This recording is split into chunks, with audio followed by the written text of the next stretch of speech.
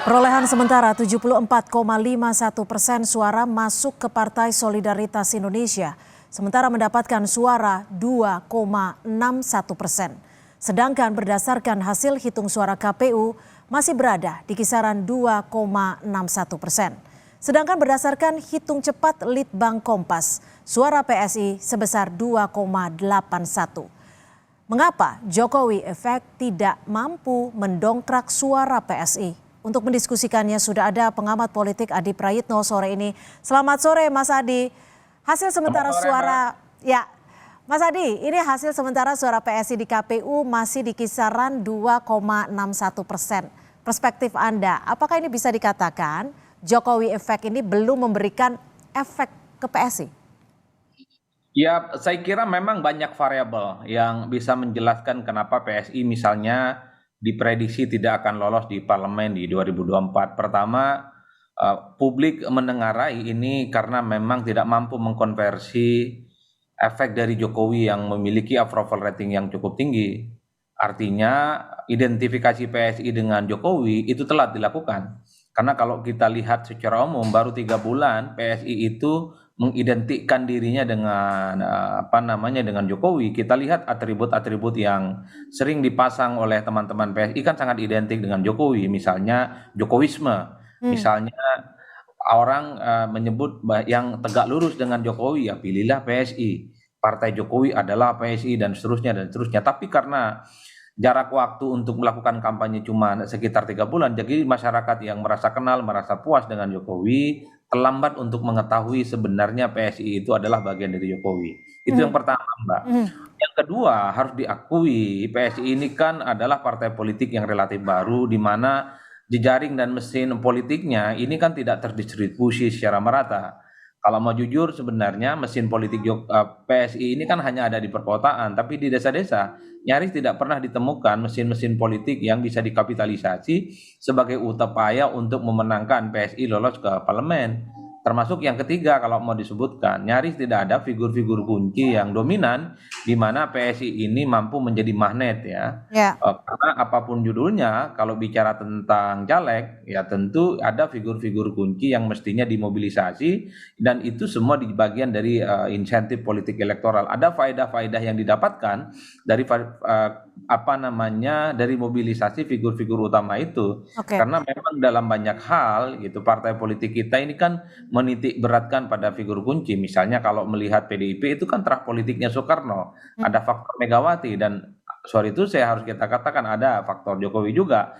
Kalau misalnya melihat Gerindra itu pasti ada faktor yang namanya Pak Prabowo Subianto. Kalau melihat Partai Demokrat itu ada faktor yang disebut dengan Pak SBY. Di PSI belum ada figur yang teridentifikasi yang itu bisa menjadi magnet di mana PSI itu memiliki pelabuhan politik yang cukup. Tapi gini Mas Adi, kalau dibilang tidak ada figur, ini kan sudah ada Kaisang Pangarep yang juga putra dari Joko Widodo. Apakah ini tidak cukup untuk membentuk bisa dikatakan membentuk kekuatan di PSI itu sendiri?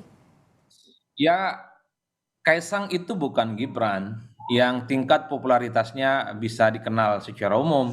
Kalau kita bicara dua hal, PSI dan Kaisang ini kan popularitasnya baru sekitar 30-40%. Inilah yang menurut saya menjadi persoalan yang cukup serius. Publik satu tidak terkonfirmasi dengan PSI, tidak terkonfirmasi dengan Kaisang yang popularitasnya rendah sekalipun ia adalah anaknya presiden. Oleh karena itu wajar kalau kemudian PSI ini kalah populer ya, kalah disukai dibandingkan dengan partai-partai yang lain.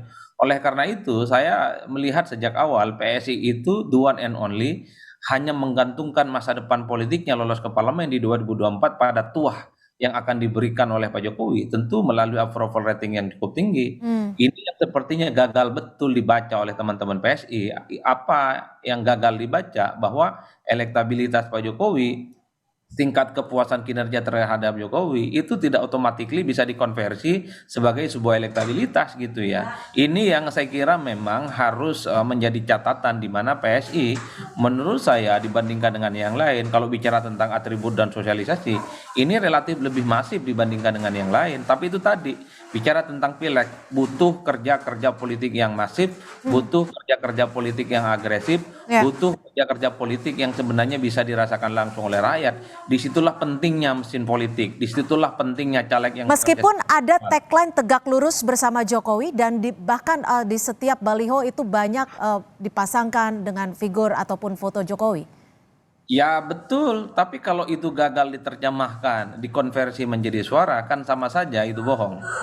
Betul bahwa misalnya PSI itu sangat mengidentifikasi sebagai Jokowi, tapi kalau masyarakat gagal misalnya menangkap Jokowi ke PSI atau Jokowi mengendorse PSI, saya kira itu tidak akan mendapatkan berkah elektoral. Oleh Oke. karena itu, masa kampanye yang 3 bulan menurut saya waktu yang cukup pendek bagi masyarakat untuk mengetahui kemana sebenarnya pilihan politik Jokowi untuk pileg, apalagi pada saat yang bersamaan 2024 ini kan ekspos pemberitaan, ekspos kampanye politik ini memang cukup berat kepada pilpres dibandingkan dengan pileg. Oleh karena itu PSI mestinya belajar banyak kepada partai-partai besar terutama Golkar ya, di mana salah satu anatomi kekuatan politik mereka itu bukan pada figur sentral, Hmm. tapi anatomi kekuatan politik mereka itu terletak pada kerja-kerja caleg. Jadi tidak mengherankan kalau setiap pileg Golkar khususnya di 2024 ini kan naik secara signifikan, mengungguli partai-partai yang lain termasuk mengungguli Gerindra. Ya itulah karena itu